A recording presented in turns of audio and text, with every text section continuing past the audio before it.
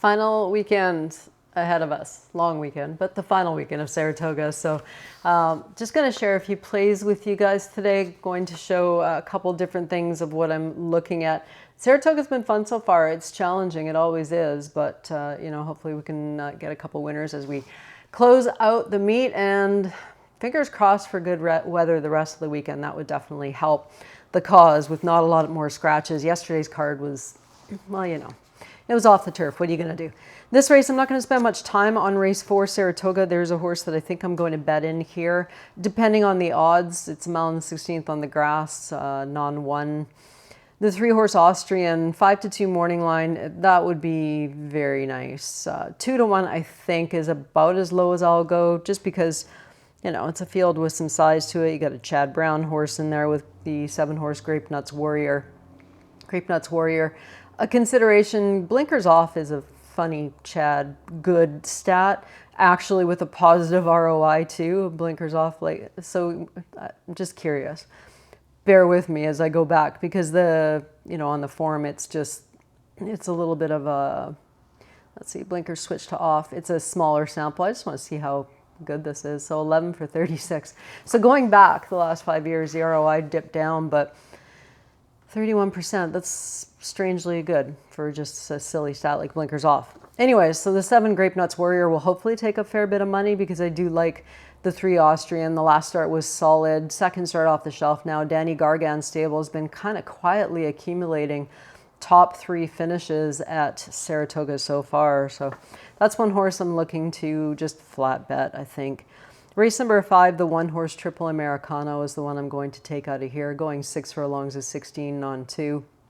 This one coming off the maiden score. I showed a stat the other day, can't remember who it was, but anyways, with a maiden win last out, that wasn't very flattering. For a lot of trainers it isn't. It's tough to win right off your maiden, but with Rob Atras, we'll go maiden win last out.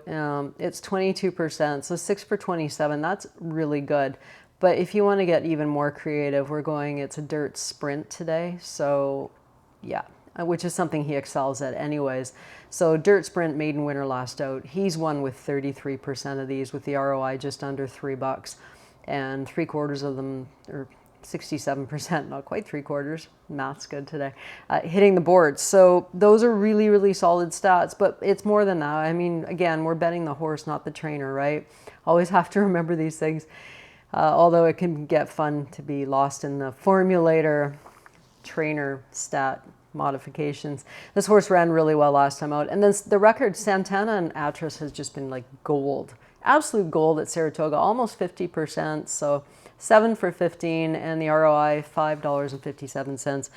I love where the horse drew to. I think that's just another flat bet for me. I'm not going to fool around too much more with trying to, make something big out of it there.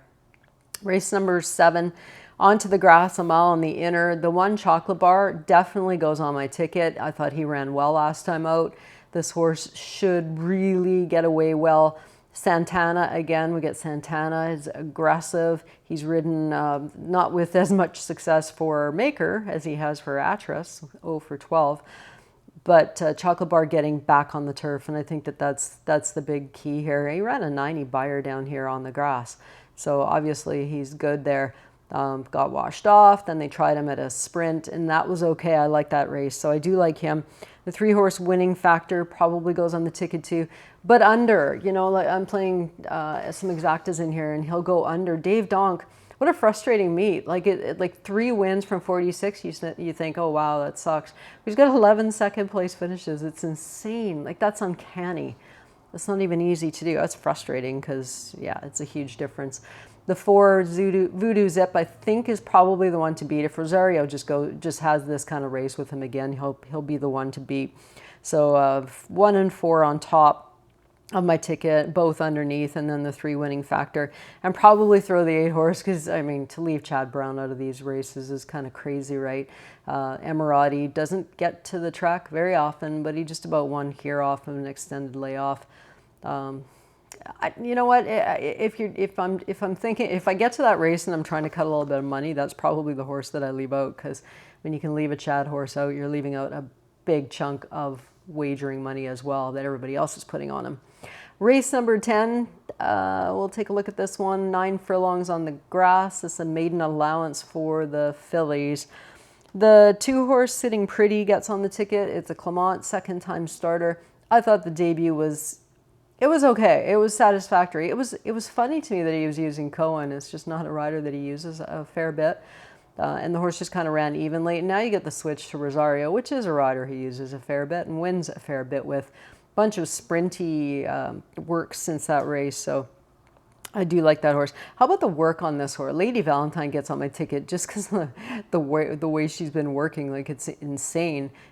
She blew, like Todd doesn't grill them like this. 47-2. I don't know. Did she run off that day? It's tough to say. 6 days after her work before that. So she looks like she's ready to go, right? Maybe they're just saying, hey, Valentine, you've been slacking, get going. But that's a strange work going into a 9 furlong race. Saez, I assume they're just going to try to put her on the point and never look back. The 9-horse rounds out my top 3 in there. Federalist Papers. Again, it's just another Chad horse that just looks like she fits in this spot. The blinkers go on. You know, that's not as exciting a stat for Chad as blinkers off, strangely enough, but it's just the way it is. Irad rides for the first time. Just the 2 starts at Tampa, and it's tough to get a gauge on her as to what she actually is off of those 2 starts, but I think she's a consideration. If I was going to look at one other one at a price, it would be the 7-horse Fleeting Glimpse. For a trainer that is obviously never going to attract a lot of attention, Jenna Antonucci at Saratoga, you know, when you got Chad and Christoph, and it's just the horses will not get bet a lot. But this one fits in this race. She's a Malibu Moon, and the 2 starts, this last one I thought was pretty good. So she's a consideration there as well. That's it. I'm going to make it a quick one today. Yeah, just playing around with trainer stats and stuff. So there's actually, I like this card today. Hopefully no rainstorms or anything weird blow in, because there's some turf races I think that we can make a lot of money on. The ones I talked about, and some standout plays in there as well. Have an excellent Friday, and we will see you back here for Saturday's card.